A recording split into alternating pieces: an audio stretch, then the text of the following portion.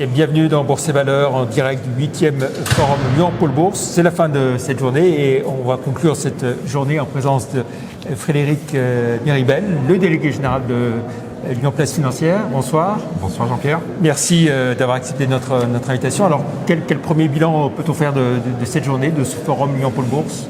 Écoutez, c'est une 8e édition qui se maintient, on va dire, avec fierté, puisque nous avons quelques chiffres clés que je peux donner.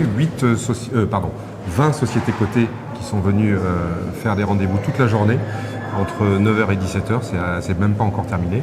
Et on avait une centaine d'investisseurs qui sont venus nous rejoindre. Donc au total, on peut dire qu'il y a eu à peu près 500 contacts, on va dire, établis dans la journée. Voilà, et puis des sociétés de la région, grande région lyonnaise, Auvergne-Rhône-Alpes, mais aussi au-delà des frontières d'Auvergne-et-Rhône-Alpes. Et tout à fait, Jean-Pierre, une petite nouveauté, puisque nous avons évidemment traditionnellement des sociétés de Bourgogne-Franche-Comté, mais nous sommes allés aussi vers le sud cette année, et nous avons la société Figeac Aéro qui nous a rejoint pour la première fois. Donc on s'ouvre aux autres régions et on aimerait que ce forum prenne de l'ampleur au niveau région du reste de la France, on va dire. Voilà, et puis alors un temps fort à présent, c'est l'inauguration d'un musée de la bourse, parce qu'il faut le dire, la première bourse en France, elle a vu le jour ici à Lyon. Et c'était en 1540 ? 1540, c'est ça, toutes les sources concordent. Alors évidemment, certains disent entre les lettres de change, les courtiers, etc., quelle est la date. On va dire que c'est assez loin, mais tous s'accordent à dire que 1540, c'est vraiment la première bourse où, on va dire, les cotations, on peut avoir des valeurs mobilières pour une première fois. Les banquiers et les commerçants, on va dire, s'organisent, établissent des règles. Alors, on est plutôt sur la place du change à l'époque, il n'y a pas encore de bâtiment, c'est bien après que ça arrivera. Mais effectivement, cette belle fierté, Lyon qui est un carrefour du commerce, avec la soie, avec les familles italiennes qui viennent investir, etc. Les rois de France ont laissé, on va dire, à Lyon gérer tout ce qui est commerce, les lettres de change et un peu ce monopole. C'est pour ça que cette place, qui était la première place des foires aussi de l'époque, a vu naître cette bourse de Lyon, on va dire, en 1540. Voilà, 1540, parce que oui, le débat que vous évoquez, c'est est-ce que c'est 1464 ou voilà, mais 1540, c'est la bourse, clairement. C'est les lettres de change, effectivement, mais la bourse telle qu'on l'entend, c'est plutôt 1540. Voilà, et donc vous avez souhaité rendre hommage à cette création de 1540 avec un petit musée, on va dire. Oui.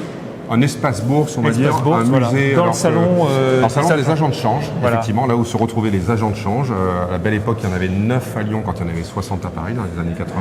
Mais nous avions vraiment une bourse qui tournait bien. Et ce salon des agents de change qui est magnifique, on l'a décoré, on va dire, un peu de manière exposition permanente, avec un bout de la corbeille que nous avons retrouvé. L'idée est partie de là. On a retrouvé un bout du tableau des cotations, un bout de la corbeille, et on s'est dit, voilà, c'était les grandes heures de l'économie régionale où l'épargne et puis les investisseurs voyaient les entreprises et se rencontrer, se faisaient confiance, échanger, et c'était vraiment les grandes heures de la bourse lyonnaise. C'est pas perdu. L'idée, c'est pas de refaire une bourse, évidemment. On va pas, voilà, c'est pas le projet, mais de rappeler que dans ce monde en mouvement, incertain, etc., parfois de proximité, ça a du bon. Voilà, alors il y a la corbeille, il y a le tableau de cotation, on a entendu aussi la cloche tout au long de la journée.